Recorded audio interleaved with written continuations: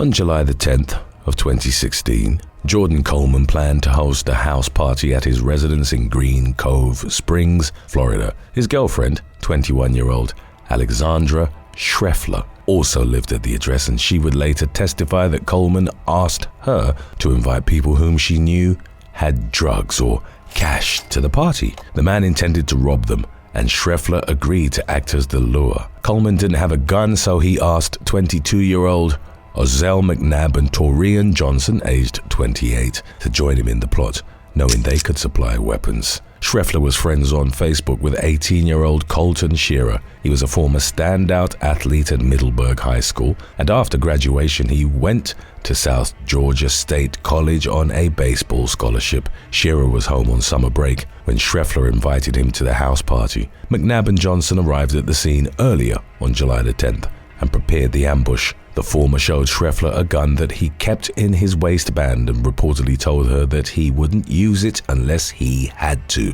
Shearer drove to Coleman's home on County Road 16A near Idlewild Avenue in his pickup truck, accompanied by David Levo and Tyler Bashers. They arrived at around 2 a.m. Shortly thereafter, they were set upon by the armed gunman who'd been lying in wait. Bashers was ordered to the ground as soon as he got out of the vehicle. The others were held at gunpoint and told to give up their drugs and cash.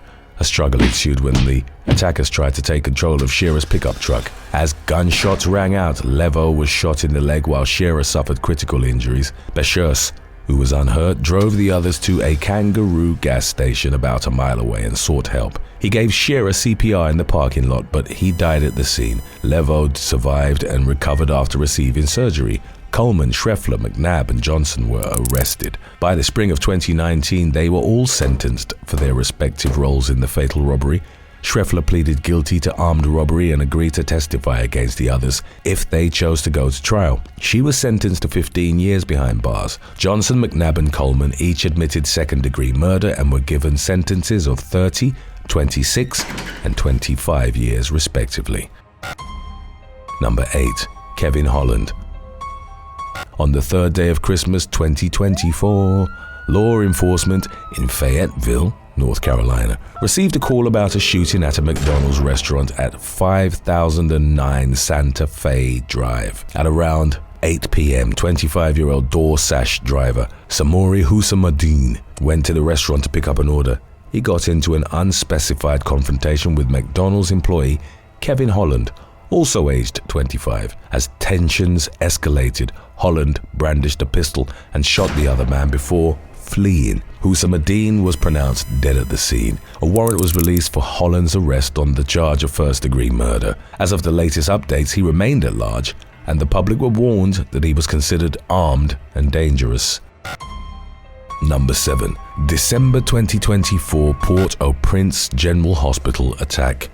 By December of 2024, most of the Haitian capital of Port-au-Prince had fallen under the control of criminal elements who were actively fighting each other and the Caribbean nation's government for power. Violence spread and crippled virtually all aspects of life in Haiti, with gangs even targeting hospitals as a show of force resulted in many of them shutting down. The State University of Haiti Hospital, known locally as the General Hospital, was the capital's largest public hospital, and it had been closed since March of 2024 after it had fallen under gang control. Law enforcement was able to retake the area in the summer, and on Christmas Eve 2024, a press conference was held announcing the hospital's reopening. A number of journalists were in attendance.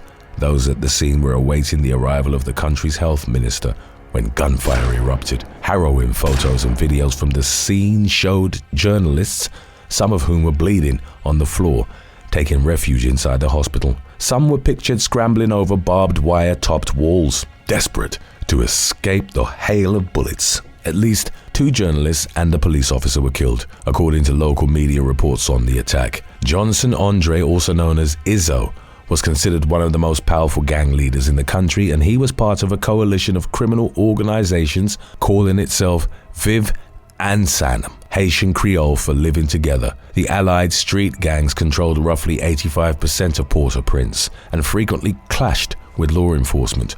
Andre posted a video taking responsibility for the General Hospital attack and claiming that Viv Ansanam hadn't authorized the hospitals reopening, the UN estimated that as many as 5,000 people were killed in violence in Haiti in 2024 alone, and that the country was on the verge of total collapse. Number 6. Dominic Gates and Richard Romano. On July the 13th of 2024, Aliona Green, a rapper who performed as Tan the God, was at the Glamour Beauty Shop in Oakland, California, promoting its opening under new ownership. The 27-year-old up-and-coming artist, who had over 20,000 Instagram followers, recorded herself giving a tour of the store for social media and had also planned a meet and greet. Videos captured at the scene in the 4,000 block of Telegraph Avenue showed a crowd of people dancing and singing to music. Moments later, gunshots rang out and those attending the store opening were forced to duck for cover. According to witnesses, Green was the intended target of the shooting and she was heard repeatedly crying out, "I'm hit!" In the immediate aftermath, she sustained critical injuries and died in a local hospital. A second woman was hit by gunfire, but she received surgery and survived. The shooting was believed to have been sparked by conflicts in Green's personal life. She had previously been involved in an abusive relationship and had served jail time for non-fatally shooting her ex-boyfriend in self-defense. In 2020, following her release, Green was placed in protective custody, which she reportedly left in order to attend the beauty store event. The rapper had publicly taunted her ex-boyfriend while promoting her album Ex-Woodpack, the cover of which featured a photo of them together with the man's face replaced by a burning blunt. In a video from September of 2023, Green smoked a blunt next to a mock tombstone that read, "Here lies my ex." The rapper laughed and said, "You should have never died. You should have never played with me because then I gotta take it to the 3rd degree." On July the 18th, Dominic Gates, a 30-year-old rapper who went by BNC Fornero, was arrested for Green's murder. His connection to the woman wasn't clear. Gates, who had 3 prior felony convictions, including for pimping a girl in her teens, was also charged with assault with a firearm, shooting at an inhabited dwelling or vehicle, and shooting at an uninhabited dwelling or vehicle. In mid-August of 2024, a second man, 32-year-old Richard Romano, was arrested in connection to the shooting. He was charged with murder, assault with a firearm, and being a felon in possession of a firearm. As of the latest information available on the case, Romano denied any involvement in the killing, while Gates refused to talk to investigators. Number 5. Rasheed DaShawn Lee Belvin. In the early hours of July the 31st of 2022, 4 men in a BMW pulled up into the parking lot of the Norco Market and Liquor on 6th Street in Norco, California. One suspect held the vehicle's door open while another, subsequently identified as Rasheed DaShawn Lee Belvin, entered the store. 80-year-old store owner Craig Cope was behind the counter doing some paperwork at the time. As seen in CCTV footage, Belvin wore a balaclava and aimed an assault rifle at Cope. In a split second, the store owner brandished a shotgun and blasted Belvin. The thug fled the store in a panic, repeatedly screaming at his accomplices, "He shot my arm off." The 4 men were arrested after they took Belvin to the Placentia Linda Hospital in Placentia. He was injured, but the shotgun blast hadn't severed his arm. Due to the stress of the incident, Cope suffered a heart attack moments after the shooting, but he subsequently recovered. The man, who grew up hunting small game in Illinois, commented on his actions during the attempted robbery and told a media outlet, "It was him or me." Surveillance footage of the incident went viral, and for standing up against the robbers, Cope became a local folk hero. T-shirts were made featuring a pump-action shotgun and the words, "Don't mess with Norco, we'll shoot your arm off." A portion of the sales, amounting to over $5,000, was donated to Cope, who reacted to his newfound fame saying, "It's kind of amazing to me." A few months later, in December of 2022, he passed away after suffering a stroke. The other men involved in the attempted armed robbery were identified as Davon Anthony Broadus, Justin Kyle Johnson, and Jamar Elijah Williams, all of whom were in their 20s. They pleaded guilty to various charges in September of 2023, and each received sentences amounting to about 3 years in custody. 24-year-old Belvin admitted conspiracy to commit robbery, attempted robbery, assault with a machine gun or assault weapon, cruelty to an elder, carrying a loaded stolen firearm, illegal possession of an assault weapon, and 2 counts of receiving stolen property. Multiple aspects were taken into consideration when his sentence was handed down in November of 2023, including Cope's age and the fact that he'd suffered a heart attack, the sophistication of the crime, and the fact that Belvin had used an assault weapon. The man was sentenced to 10 years behind bars. Number 4. Assassination of Gaboro and C. Gambino. Leading up to the winter of 2024, Ninos Moses Corey, who performed as Gaboro, was among the biggest rising stars on the Swedish hip-hop scene. The 23-year-old, whose trademark image consisted of him wearing a black ski mask and dark sunglasses, was affiliated with a criminal organization called Callow Network. In September of 2023, Corey's name appeared on a death list which circulated on social media. It was allegedly authored by a rival gang named Marielund Network, which was based in the Marielund district of Norrköping, Corey's home city. The gang threatened that all of the names on the list will die sooner or later and that they were to be exterminated with the Hitler method. On November the 27th of 2023, Corey was at a restaurant in Marielund with a 22-year-old member of Callow Network. 2 men in their 20s stormed into the establishment and opened fire on them. They gunned down Corey's friend, but the rapper survived the attack. The assassins were given life sentences in December of 2024. On the 19th of that month, at around 8:45 p.m., Norrköping law enforcement received reports of a parking lot shooting. When officers arrived at the scene, they found Corey in critical condition after he'd been shot multiple times. He was rushed to a local hospital but died a few hours later. A video shot from the assassin's perspective went viral on social media. In the incident's wake, it showed the armed suspect getting out of their car and firing 6 shots at Corey's back. After collapsing, the rapper seemingly tried to reason with the assassin before he was shot again. No arrests were reported in the immediate aftermath. Corey's murder occurred roughly 6 months after another high-profile rapper was gunned down in similar circumstances. C. Gambino, Karar Ali Salim Ramadan, by his real name, grew in popularity by releasing a number of singles that charted across multiple Scandinavian countries. At the 2024 Grammy Awards, the Swedish equivalent of the US Grammys, C. Gambino won in the Hip Hop of the Year category.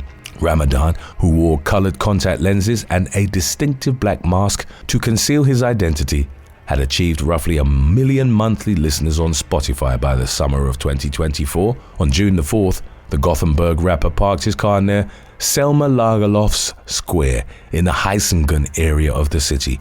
Moments later, unidentified gunmen opened fire on Ramadan before speeding away from the scene and later setting fire to their getaway car. The rapper suffered gunshot injuries to the chest and arm but was able to call the emergency services. 26-year-old Ramadan was still awake when law enforcement arrived at the scene, but he succumbed to his injuries about an hour later. As of the latest updates on the case, a man in his 20s and a teenager were arrested in connection to the hit. The murders of Gaboro and C. Gambino highlighted an uptick in Swedish gun violence, which had been on a steady rise since 2005.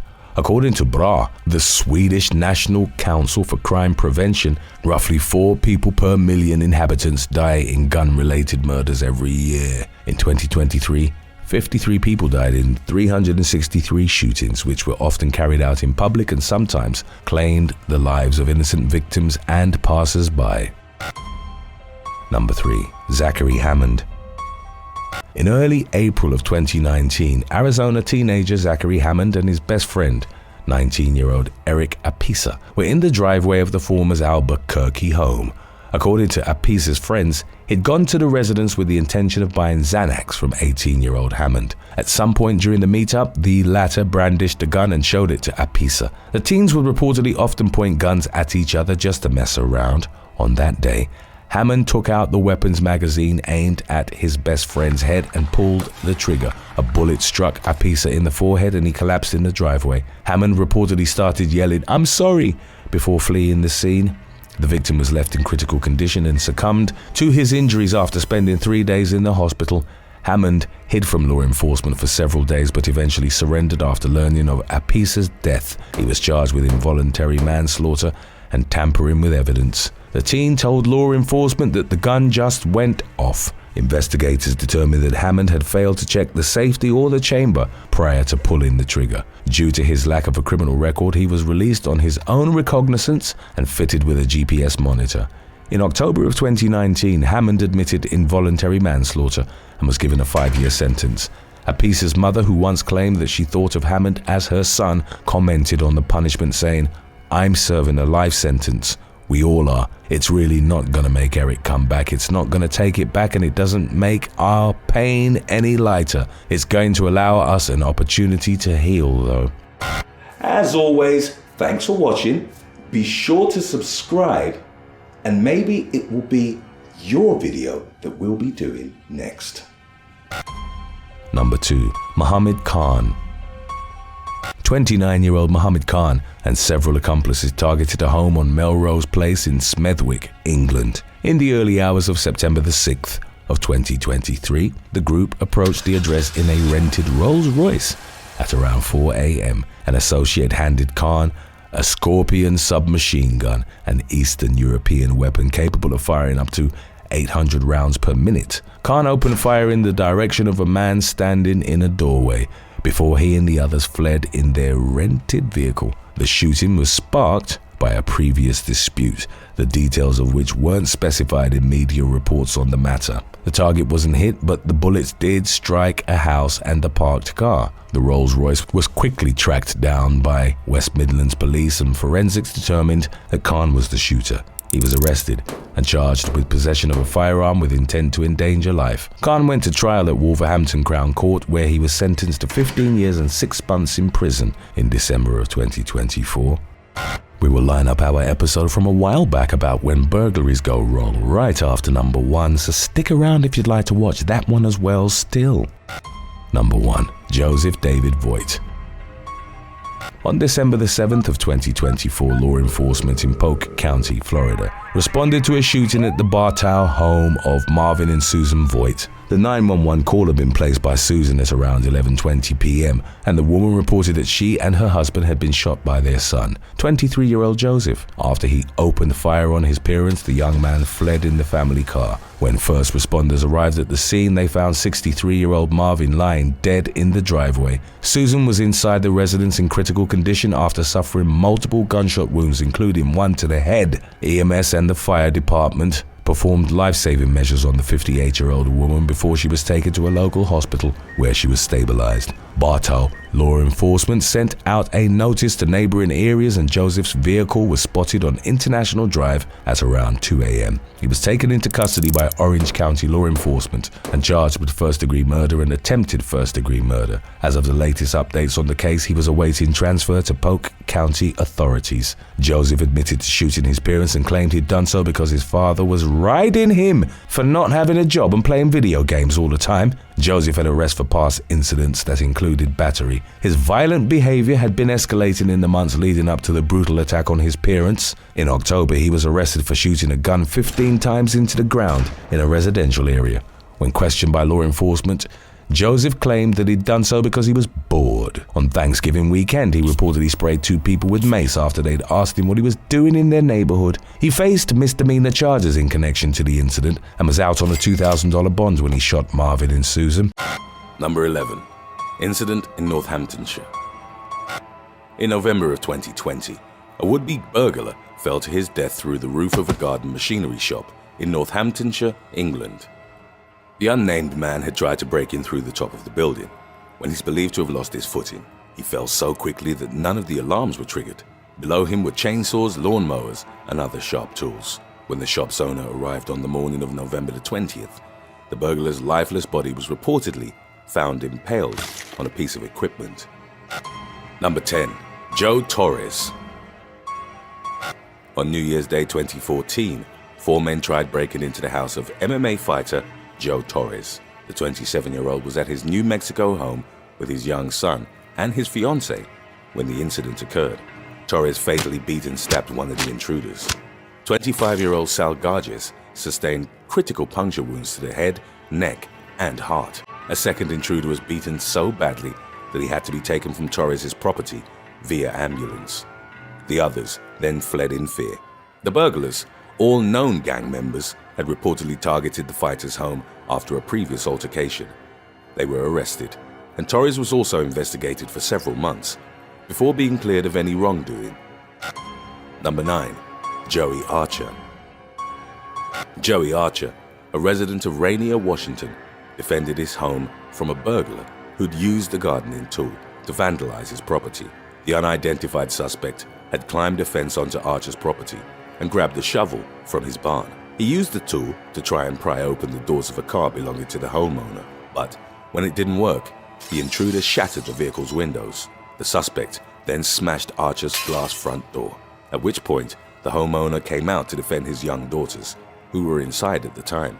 Archer managed to take the shovel out of the intruder's hands and then struck him twice over the head with it. The authorities arrived at the scene and arrested the perpetrator, who faced charges of residential burglary, vehicle prowling, criminal trespassing.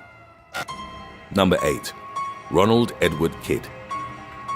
In November of 2019, a burglar in Nevada lost his life after falling through the roof of the nail salon he was targeting. According to Carson City authorities, Ronald Edward Kidd had an extensive record of theft and robbery. He was carrying a bag with burglary tools inside and had tried to get into the cutting-edge salon. A portion of the roof collapsed as he was making his way through it, and Kidd fell to the floor beneath. Emergency services found him dead at the scene. According to a report from the sheriff's department, Kidd had acted alone in what was his last robbery. Number 7. Gregory McCallium. In June of 2009, Gregory McCallium was left with a badly swollen lip and a black eye after breaking into the house of 72-year-old Frank Corti. The two, who were neighbors in Botley, Oxfordshire, had had disputes in the past over the rowdy parties that McCallium would often throw. The quarrels culminated with the latter breaking into Corti's home while carrying a 6-bladed knuckle duster. McCallium, who was intoxicated at the time, tried a slashing attack, but Corti, a former boxing champ, evaded it. Corti then grabbed the man's wrists and told him to let go of the knife, but the burglar refused. It was then that Corti punched him in the head, a strike which stunned McCallium, causing him to drop the weapon. The homeowner then continued to punch the burglar into submission. His wife called the police and Corti remained on top of the intruder until the authorities arrived at the scene. Number 6. Ansley Pacheco. In October of 2020, Instagram model and OnlyFans star Ansley Pacheco was involved in a shootout at her home in Hialeah, Florida. 26-year-old Pacheco was in the bedroom while her husband Daniel and his friends were watching a Miami Heat basketball game in the living room. Two masked men armed with Uzi submachine guns broke in through the front door. They stole over $100,000 in jewelry and accessories from the men. A scantily clad Pacheco, who heard the commotion, grabbed her husband's gun and started shooting at the intruders. The men fired back as they fled the house. The woman would later tell the authorities that the intruders didn't care as they were shooting above her 7-year-old son's head. Bullets went flying towards Pacheco, landed in her bedroom door as well as her TV. Daniel then took the firearm from the Instagram model's hands and fired a few more shots at the robbers as they made their escape in a dark sedan. Amazingly, no one was hurt in the shootout. The couple shared security footage of the break-in with the authorities, but none of the victims could identify their attackers. Number 5. Dharmendra Kumar. During a daring escape attempt, a burglar from Indirapuram, India, fell from the 9th floor of a building. After stealing cash and jewelry from the apartment, the man, identified as 30-year-old Dharmendra Kumar, tried to climb down the building's gas pipeline. It was reported that he'd done so after being spotted by the residential guards. Kumar slipped and plummeted to his death. One of the guards recovered a gold necklace, a gas cutter, cash and pepper spray from the man's possession. The owners of the burglarized apartment claimed that the door hadn't been tampered with. This led to authorities suspecting that Kumar had climbed down from the roof and entered the residence through the balcony. Number 4. Braden Smith. In June of 2019, an 11-year-old North Carolina boy stopped a burglar by striking him with a machete. Braden Smith was home alone when 19-year-old Jatavian DaShawn Hall broke into his house through a window. Hall pointed a pellet gun, which he'd found on the premises, at the boy. Braden, however, knew that it wasn't loaded. Still, he went into his closet as instructed by the burglar. Hall then tried to take Braden's phone from a table, presumably to prevent him from calling the police. As he was doing so, Braden grabbed his machete and charged Hall. Braden had been using the machete as a tool to cut down trees, but it would prove to be an effective weapon in the defense of his home. Braden struck Hall in the head with it. The burglar then kicked the boy in the stomach. Braden got up and swung the machete again, but missed and was kicked in the side of the head. The intruder then tried to grab some electronics from the home, but realized he was bleeding severely from his head wound. He fled the scene and would later turn up in a hospital, where the authorities matched his description to that given by Braden. Number 3. Mike Tyson's tiger attacks trespasser. For over a decade, from the late 1990s and up until the late 2000s, heavyweight boxing champion Mike Tyson owned several tigers, which he kept on his property. He'd ordered the cubs from a man he'd met while incarcerated. When he was released, Tyson started raising the felines. At one point, there was a rumor that the boxer had to get rid of one of his deadly pets after it had jumped his fence and attacked one of his neighbors. Tyson, who hadn't commented on the incident before, clarified the issue in recent years. According to him, the victim was a woman who'd actually jumped his fence, presumably with the intention of burglarizing his home. The tiger, a female named Kenya, attacked the intruder and nearly ripped her arm off. The woman later tried to sue Tyson, but the case was reportedly dropped after it emerged that she'd been trespassing. Nevertheless, after seeing how extensively Kenya had mauled a woman's limb, Tyson gave her $250,000. According to the boxer, it was this incident that made him realize that tigers couldn't be domesticated. He eventually released the beast into the care of a wildlife sanctuary. Number 2. Jeremiah Disney. In March of 2019, homeowner George Hollingsworth from Marion, Indiana went into his garage to find a burglar crushed by his safe. He'd initially called the Marion Police Department. Upon noticing that the door frame had been damaged, Hollingsworth entered the garage to find which of his possessions had been stolen. As he made his way through the clutter, the man found the lifeless body of a burglar underneath his 900-pound antique floor safe. According to investigators, the suspects had used a floor jack to lift the safe, at which point it tilted over and crushed him beneath its weight. The burglar was later identified as 28-year-old Jeremiah Disney. Shaken up by the incident, Hollingsworth later told Fox News, "I would have rather seen him steal stuff and get out than die like that." Number 1. Thomas Bucket. In May of 2010, Thomas Bucket and several of his friends broke into the tuck shop of their school in Stoke, England. After ransacking the shop for snacks and beverages, the group went up to the roof. It was there that Bucket's friends reportedly dared him to jump on the skylight. The teen did so, believing that it would support his weight. Much to everyone's horror, the skylight collapsed, and the teenager fell through the roof, sustaining brutal head injuries. Bucket subsequently had to undergo a pioneering head operation, just so he could walk and talk again. A few years later, Bucket's family tried to sue their local council, arguing that the building should have been better protected against such incidents. A judge found that the case had no merit, since Bucket and his friends had burglarized the school, and the family faced close to $250,000 in legal fees. Thanks for watching. Would you rather have bulletproof skin or be able to instantly summon any weapon? Let us know in the comments section below.